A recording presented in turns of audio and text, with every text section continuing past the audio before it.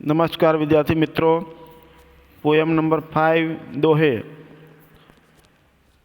प्रस्तुत काव्य में कबीर के दोहे, रहीम के दोहे और तुलसीदास के दोहे बताए गए हैं।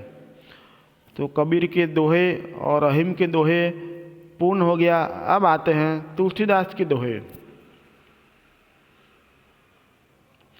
रामचरितमानस के महाकाव्य लिखने वाले वही तुलसीदास की अपने यहाँ बात करते हैं। जो तुलसीदास राम भक्त थे, जो अकबर के समय काल में ये महात्मा थे।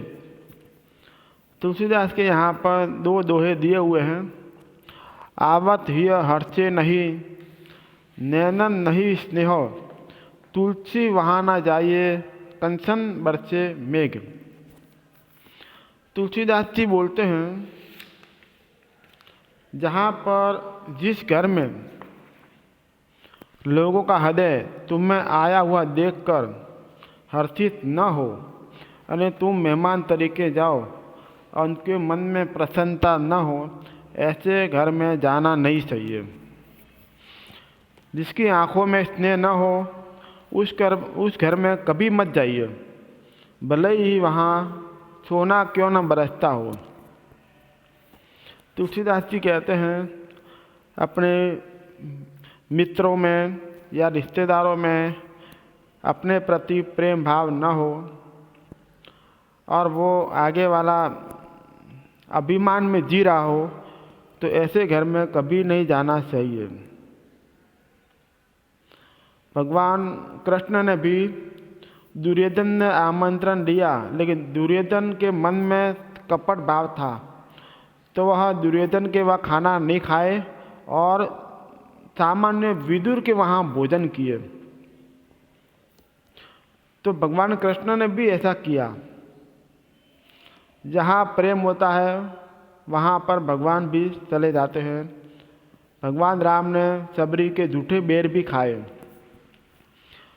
तो इसके कहने का मतलब ये है, मेहमान तरीके कहीं पर भी जाते हैं, अपने प्रति अपनेपन की भावना न हो, उनको खुशी प्रकट न हो, ऐसे घर में जाने से कोई फ़ायदा नहीं।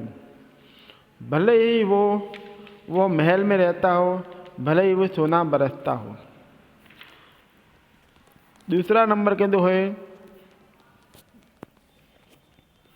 विद्या धन उद्यम बिना, कहो जू पावे कौन, बिना डुलाए न मिले, ज्यों पंखा को पौन। कवि तुलसीदास कहते हैं, बिना मेहनत किए हुए विद्या और धन कभी नहीं मिलती।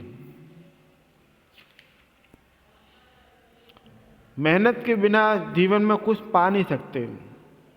जिस तरह से हाथ में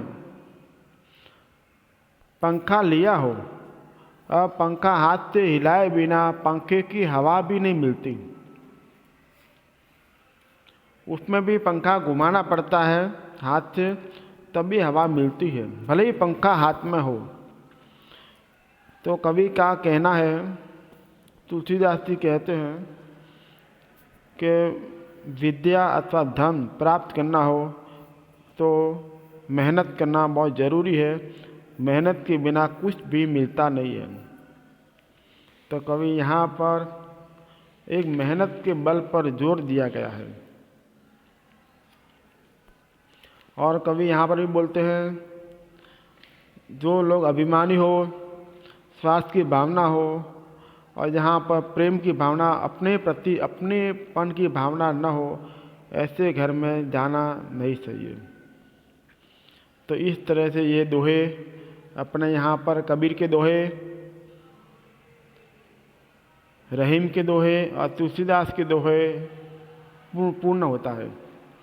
इस दोहे में महात्मा कबीर, कवि रहीम और महात्मा तुलसीदास के दोहे दिए गए हैं। तो अब यहाँ पर इस दोहे अपने अच्छी तरह से समझ लिए। इस दोहे में हम दान प्रियता, संतोष की भावना, समानता की भावना, सत्संगति, नम्रता और परिश्रम और प्रेम पूर्ण मेहमान का स्वागत आदि सद्गुण सीखने को मिला। इस तरह से ये दोहे पूर्ण होते हैं। धन्यवाद।